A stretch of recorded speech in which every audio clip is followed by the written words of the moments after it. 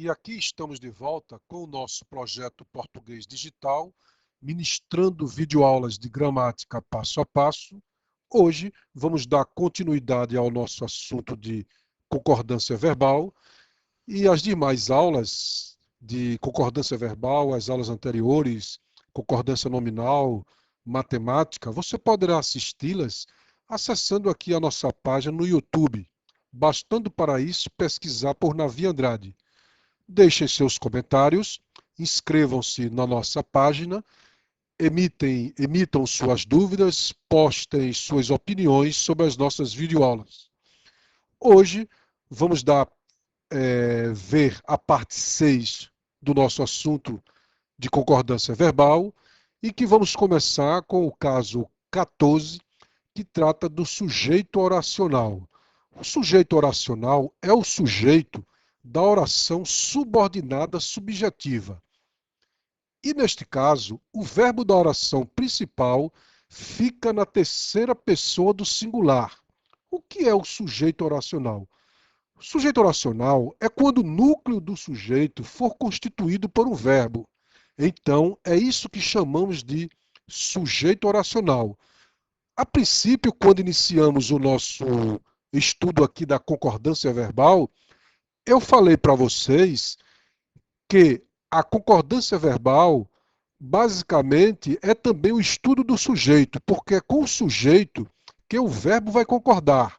Então, se vocês estão observando no decorrer dessas nossas videoaulas, estão percebendo que é sempre o sujeito em que questionamos, para podermos fazer a colocação correta do verbo.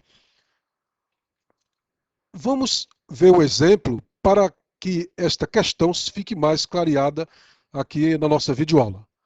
Vários livros ainda resta comprar. Observe que o sujeito de resta é comprar vários livros. Não é? Porque ainda resta o quê? Comprar vários livros. Então, o núcleo do sujeito, o sujeito da oração subordinada subjetiva, não é? O núcleo do sujeito é constituído por um verbo, o verbo comprar. E, neste caso, o verbo da oração principal fica na terceira pessoa do singular, que neste caso é o verbo resta. Então, vários livros ainda resta comprar, e não vários livros ainda restam comprar. Observe que aqui é o sujeito oracional, que se trata do sujeito da oração subordinada subjetiva. Mais adiante eu vou dar uma dica, como reconhecemos se a oração é subordinada subjetiva, para daí podermos fazer essa concordância com mais segurança, mas, em princípio, o verbo da oração principal fica na terceira pessoa do singular. Quem é o verbo desta oração? O verbo da oração principal. Resta. E quem é o sujeito de resta? É comprar vários livros. Resta o quê? Comprar vários livros. Então, o núcleo do sujeito aqui é um verbo. Vamos a outro exemplo. Ainda restou fazer alguns serviços. Ainda restou fazer o quê? Ainda restou o quê? Fazer alguns serviços. Então, o verbo fazer, né, o núcleo do sujeito é o verbo fazer, e se trata de uma oração, o sujeito oracional, que é o sujeito da oração subordinada subjetiva, e aí colocou o verbo na terceira pessoa do singular. Para eles, só bastava os objetos roubados. Também a mesma situação. Vamos a outro exemplo. Ainda falta resolver vários exercícios. Falta resolver o quê? Falta o quê? Resolver vários exercícios. Aqui está o núcleo do sujeito, que é um verbo, o verbo resolver, e o verbo da oração principal na terceira pessoa do singular, que é o verbo faltar. Ainda falta resolver vários exercícios. E não, ainda faltam resolver vários exercícios. Aqui uma dica para você conhecer uma oração subordinada subjetiva. Quando pudermos trocar toda a oração a partir do que ou a partir do verbo no infinitivo por isso, vamos estar diante de uma OSS, ou seja, uma oração subordinada subjetiva, que aí fica fácil de você identificar o sujeito oracional, que é o sujeito da oração subordinada subjetiva. Vamos a este exemplo. Olha aqui, era dispensável que eu voltasse cedo. Se pudermos trocar toda a oração a partir do que ou a partir do verbo no infinitivo por isso, então aqui, era dispensável que, né, a partir daqui pudermos trocar por isso, então, e que a oração não perca o sentido, trata-se de uma oração subordinada subjetiva. Observe como ficaria. Era dispensável isso. Então, a partir do que substituímos por isso e então estamos de frente de uma oração subordinada subjetiva. Você coloca sempre a palavra isso a partir do que ou a partir do verbo no infinitivo. Não é? Está aqui este exemplo. Ainda falta resolver vários exercícios. Então, a partir do verbo no infinitivo, que está aqui, o verbo resolver, colocarmos isso, você vê que não perde o sentido a oração. Ainda falta isso. Então, o sujeito oracional é o sujeito da oração subordinada subjetiva. Você identifica a oração subordinada subjetiva, fazendo este artifício. E, neste caso, o verbo da oração principal fica na terceira pessoa do singular. Nosso próximo caso, o caso 15º. Sujeito representado por um numeral fracionário. Como se faz a concordância? Aqui está. A concordância é feita com o numerador da fração. Exemplo. 1/3 da população passa fome. Quem é o numerador da fração? 1/3 é o denominador. Então, sempre que você usar o termo fracionário em sua oração, você aquele termo numérico que você faz a primeira citação é sempre o numerador. Digamos, 2/5, então o numerador 2, 3/5, numerador 3, 1/3, o numerador 1. E a concordância, neste caso, é feita com o numerador da fração. Como 1 é singular, o verbo passar ficou no singular, fazendo a concordância com o numerador da fração. 3/5 da população votaram contra. Então, quem é o numerador da fração? 3. Plural, verbo no plural, concordando com o numerador da fração, com 3. 3/5 da população votaram contra. 3 votaram contra. 2/3 dos militares foram à guerra. 2, plural, verbo no plural, concordando com o numerador da fração, que é 2.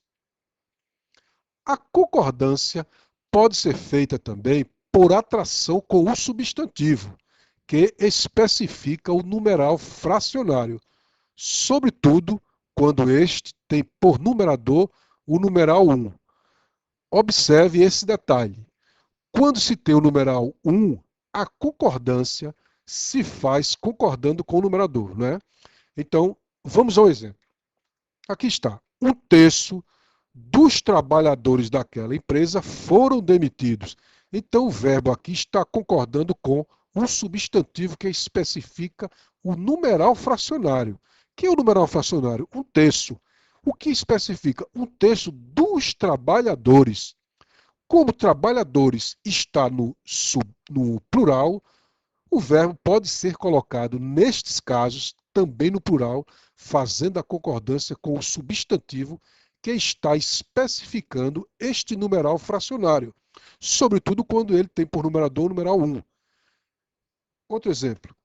1/6 dos alunos ficaram na recuperação. Então, o numeral 1 mais o substantivo aqui está no plural, o nosso verbo fez a concordância no plural. Alunos ficaram. Então, 1/6 dos alunos ficaram na recuperação. A concordância sendo feita por atração com o substantivo que aqui está especificando o numeral fracionário, que é 1/6 dos alunos. Outro exemplo. 1/3 dos militares foram à guerra. Então, o verbo aqui concordando com o substantivo militares que está no plural, que segue a mesma regra que foi explicada anteriormente, onde a concordância pode ser feita por atração com o substantivo que especifica o numeral fracionário. Quem está especificando o numeral fracionário? Um terço. Aqui, o substantivo militares. E por estar no plural, isto neste caso, torna-se admissível a concordância com o substantivo, que aqui foi colocada no plural. Sujeito composto por núcleos de terceira pessoa ligados por e, tanto como, não só, mas também. Verbo na terceira pessoa do plural. Isso é indiscutível. Coloque sempre o verbo na terceira pessoa do plural. Aqui está um exemplo. O bem e o mal vivem em luta constante. Então, este conectivo e, né, um sujeito composto fazendo a ligação, ligado por e, leva o verbo à terceira pessoa do plural. O bem e o mal vivem em luta constante. Tanto o velho como o novo lhe agradam. Verbo também no plural, né, na terceira pessoa, ligado, o sujeito composto que está ligado por núcleo de terceira pessoa, ligado por tanto. Então, tanto como o velho, tanto o velho como o novo lhe agradam. Não só o pai, mas também a mãe receberam elogios da educadora. Verbo também na terceira pessoa do plural, por o sujeito composto aqui, os núcleos, né, estarem ligados por mas também. E aqui o que diz a regra? Sujeito composto por núcleos de terceira pessoa, né, o pai, né, mas também a mãe, núcleos de terceira pessoa, eles. Então, neste caso, o verbo vai para a terceira pessoa do plural. Não só o pai, mas também a mãe receberam elogios da educadora. E, finalmente, não só o chefe, mas também o diretor foram punidos. Aplicando a mesma regra, levou o verbo a concordar na terceira pessoa do plural. E aqui finalizamos a nossa parte 6. Para você assistir a continuação deste assunto, basta clicar aqui neste retângulo que você irá assistir diretamente a nossa parte 7 do nosso assunto de concordância verbal.